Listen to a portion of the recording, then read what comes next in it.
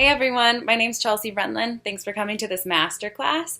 So really the goal today is to teach you a few tips and tricks, different tools to use for when you're feeling emotionally overwhelmed.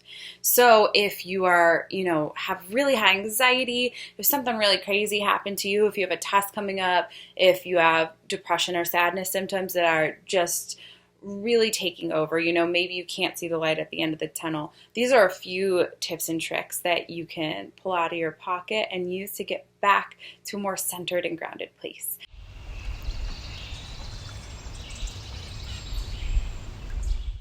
So a little bit about me.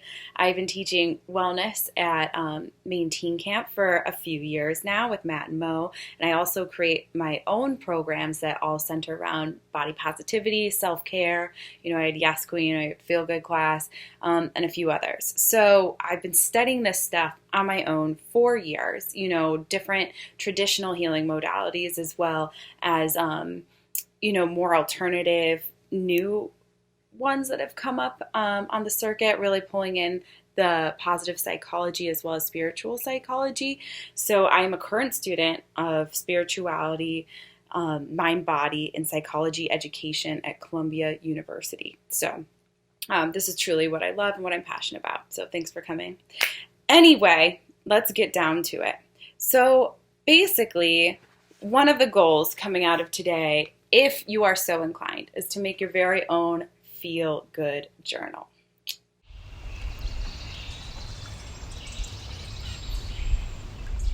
So for these journals, they really can be anything you want. And honestly, if you don't like to journal, that's fine. You can just learn some of these techniques and pull them out of your back pocket, metaphorically speaking, when you need them. But creating a journal is really an incredible tool to have when you can't phone a friend.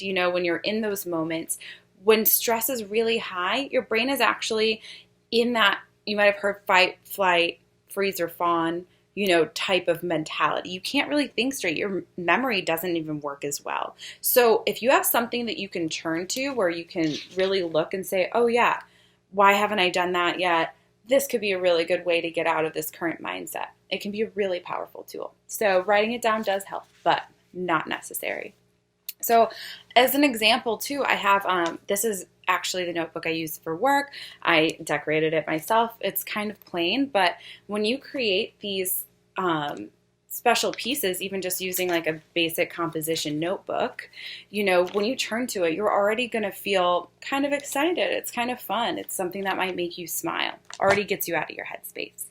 So let's jump into it. First page I have in my Feel Good Journal is SOS. So this is when things really heightened, the full-blown, you're freaking out, like world is ending. You cannot think past the current moment. So these are some great reminders to just take it down that one notch. So drinking water, that's a big one.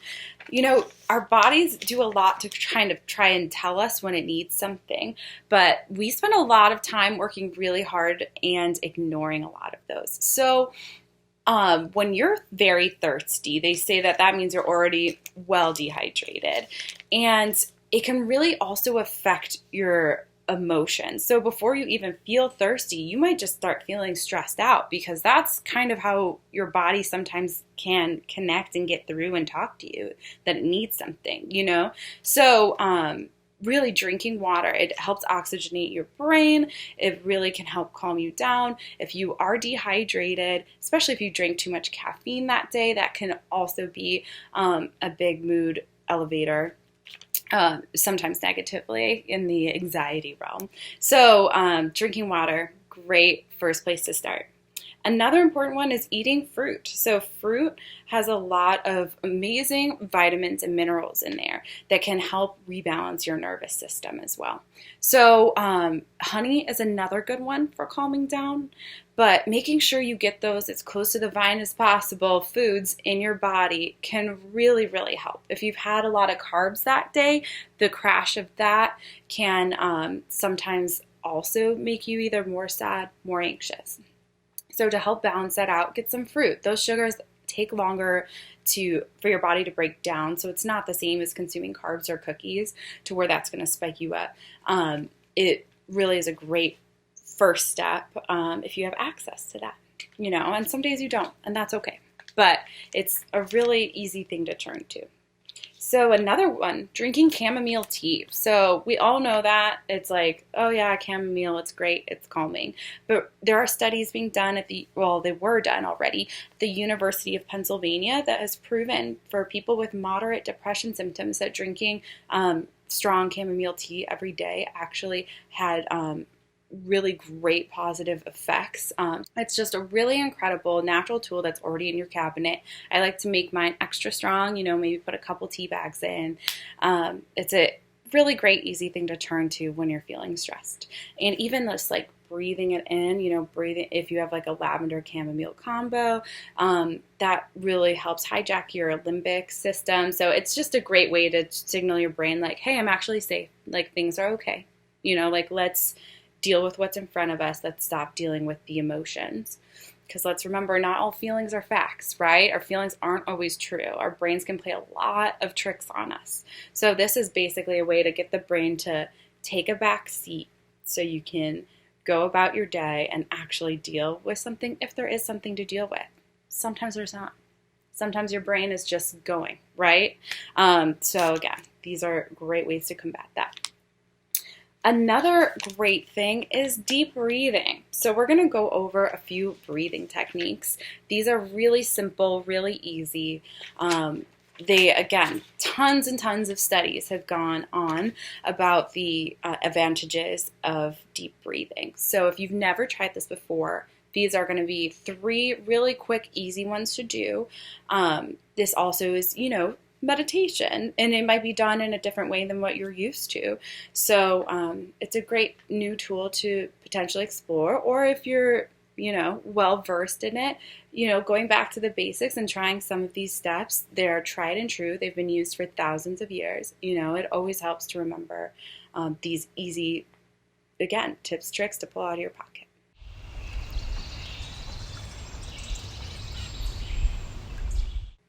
All right, so the first breathing technique we're going to go over is box breathing. So this is one of those techniques, often they say like, oh, it's used by the Navy SEALs and other people that are in those like really high stress environments. And it's true, it is. It's great for just getting yourself in a calmer mindset. Anybody can do this. This is an easy one to do, maybe before you go to bed. If you start to feel dizzy at all, just stop and return to normal breathing. That does happen. Don't push through it. Just go back. Know that through practice, it will get easier. You'll stop feeling that as severely. So for box breathing, I'm going to walk you through it. Just a couple cycles. And you're welcome at home to like pause this and try it for longer. Maybe set a timer on your phone for just a minute and see how it feels.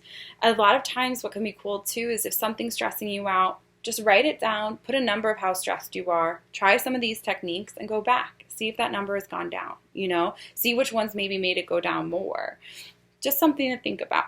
And again, take what helps you from this and leave the rest. If there's something that is not connecting with you, don't worry about it. Don't do it. Just make sure you're not pressuring yourself like, oh, this is supposed to be good for me. I should love this. No, just do what makes you feel good, honestly. And you will find those right tools and techniques. Not everything is for everyone.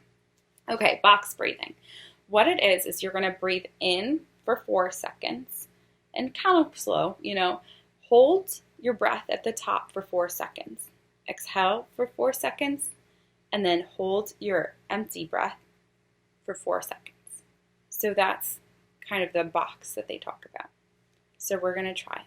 Inhale, 2, 3, 4. Hold, 2, 3, 4. Exhale, 2, 3, 4. Hold, 2, 3, 4. Again. Inhale, 2, 3, 4. Hold, 2, 3, 4. Exhale, 2, 3, 4. Hold, 2, 3, 4. Last time. Inhale, 2, 3, 4. Hold, 2, 3, 4. Exhale, 2, 3, 4. Hold, 2, 3, 4. So that was a simple few cycles. Do it on your own. Try it for a minute. See how it works.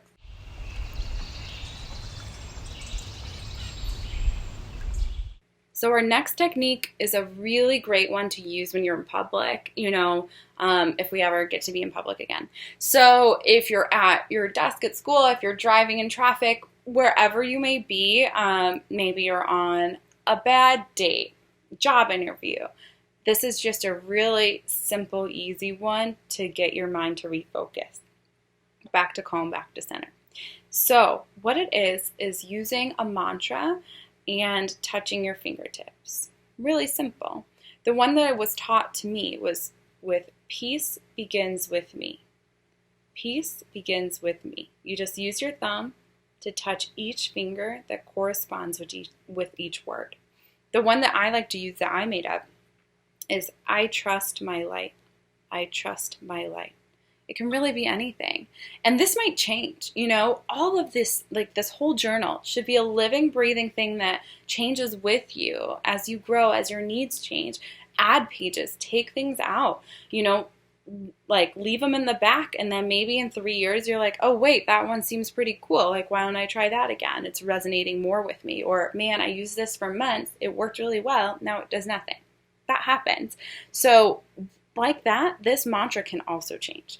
But a really good basic one is, just bringing it back to peace beginning with you, with our inner selves, because that's really what we can control, and that's what's going to help bring peace to the greater world. So we're going to try it just 3 times. You can pause it, try it again at home. Peace begins with me. Peace begins with me. Peace begins with me. Great, easy, simple.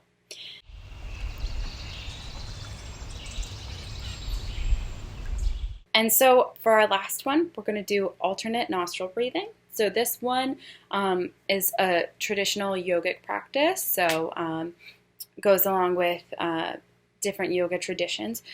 And it can be a little hard if you have sinus congestion.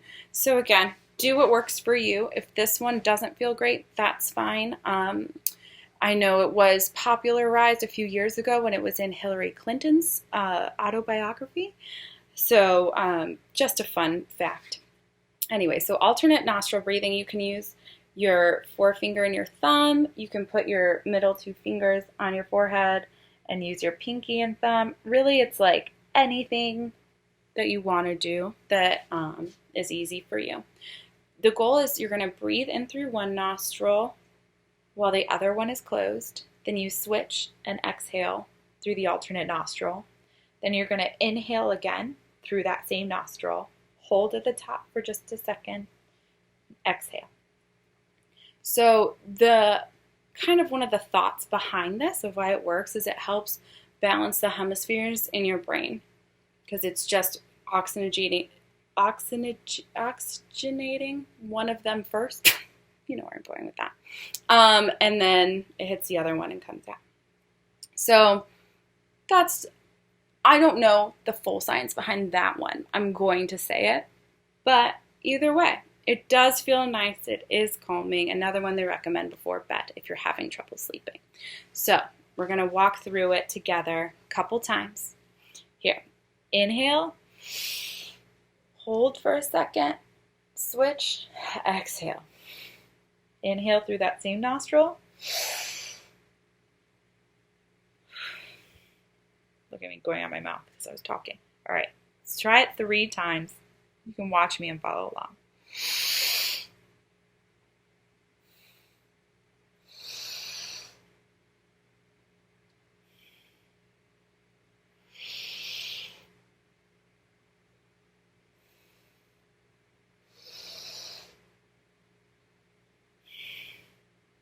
And that's it. Really simple. Try to keep your breathing slow. I might have even gone a little quick just because I'm excited to be here. But always kind of have that in the back of your mind of slowing down.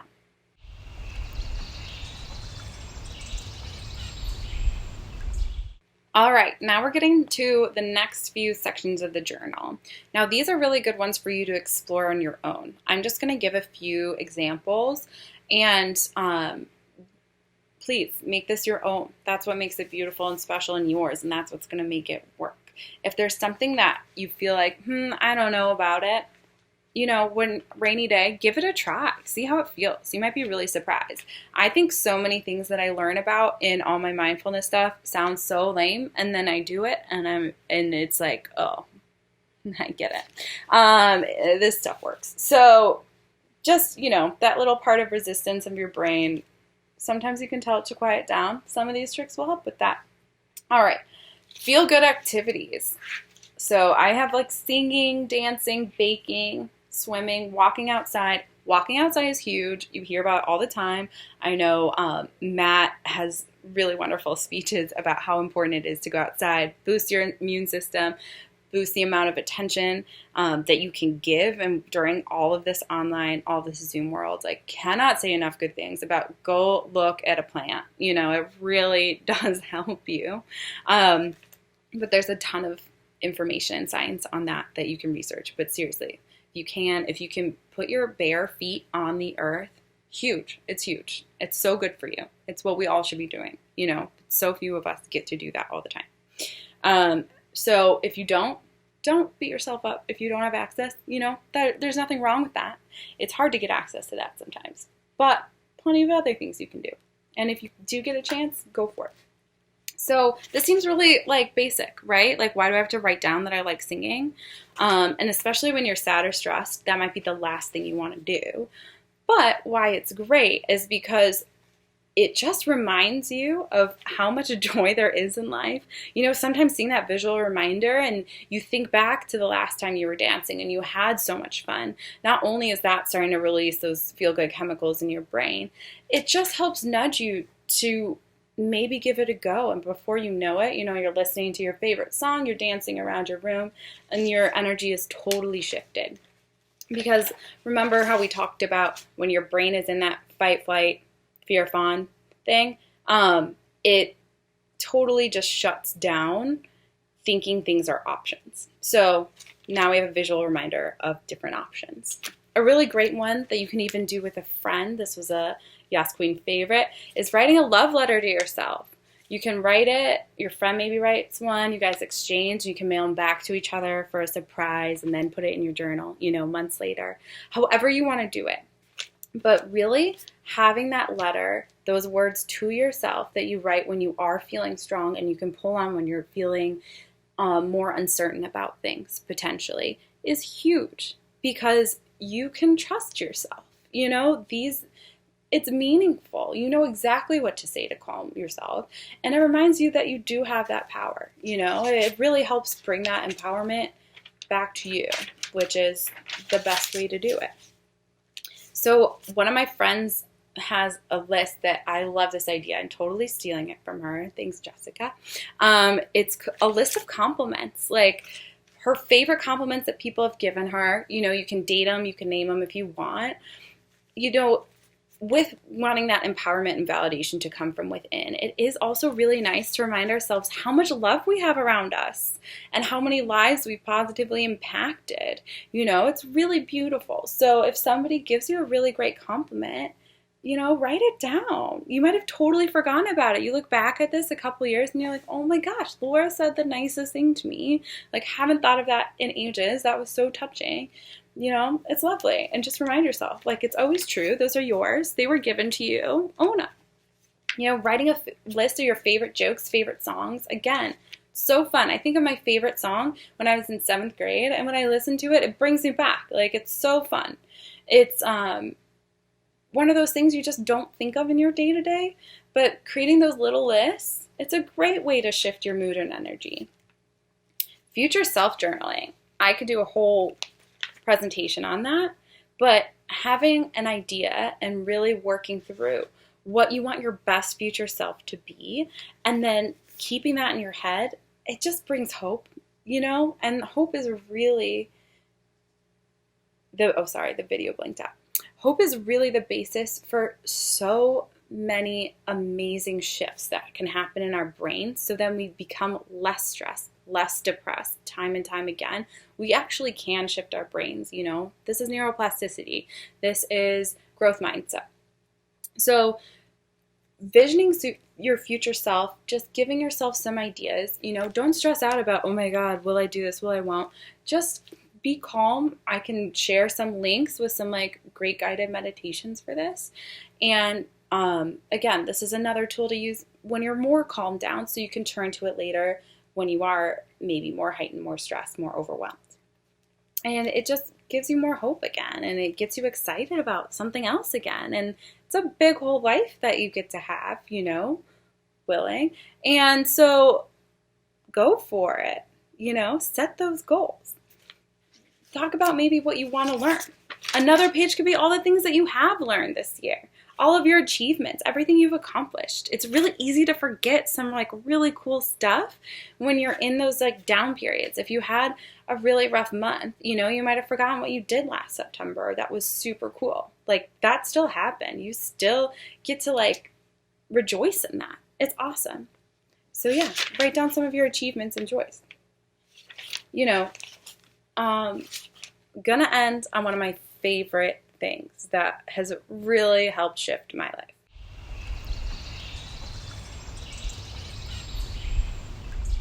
All right, so the gratitude journal, this is the end. 10 things that you're grateful for. So you might have heard a lot about this. There are a lot of studies that show that it really does shift your brain. It shifts how you look at your life. I mean, that sounds really grandiose, but it's true. You know, we want our brains to be in these patterns that bring us more joy and more peace. And your brain is a creature of habit. If you keep stressing out every day, it learns to stress out every day, and it's easier to stress out every day. That's okay. So many of us do this. So many. What this can help do is just kind of like change the train tracks a little bit and shift it to where instead of, you know, maybe being stressed 10 times a day, you're stressed 9 times a day at first, and one time it's really easy to be grateful, and slowly it shifts more and more. This stuff takes time, you know, it's not an overnight. People talk about these like amazing realizations and massive shifts. I've been working on this stuff for years. I don't know if I've had a single golden light moment. You know, take that pressure off of yourself. Even with meditation, it's not about clearing your mind of everything all the time, right? It's about your intention. It's about trying. It's about wanting to welcome in peace. It's about realizing that your thoughts can come and go as they please, and they are not you. You are separate from your thoughts. Anyway, back to gratitude. So maybe before you go to bed, maybe when you wake up, you know, maybe you just do it in these times when you're really stressed and you just want something else to think about other than whatever it is that is stressing you out. Gratitude journal. So I really recommend, if nothing else from today, just take some time to sit. If you're anything like me, you're constantly like, I know what I'd be grateful for. Why do I need to actually sit down and write it? It changes things. It's just telling your body, your brain, you're doing aligned action that says, I care so much about being grateful that I'm really sitting down to do this. And it signals something important to your brain when you sit down to do any of these techniques, that this really does matter for you. So take some time, journal just maybe 10 things that you're grateful for. You might be really surprised at what comes up. And you might also be able to notice when your brain tries to derail things and tries to put caveats like, but what this and what if that? And then you can say, no, we're just being grateful right now. Maybe even set a timer, see how many you can come up with in 30 seconds. All right, well, thank you guys so much for sitting through my Feel Good Journal Masterclass. I hope this gave you some good tools and tricks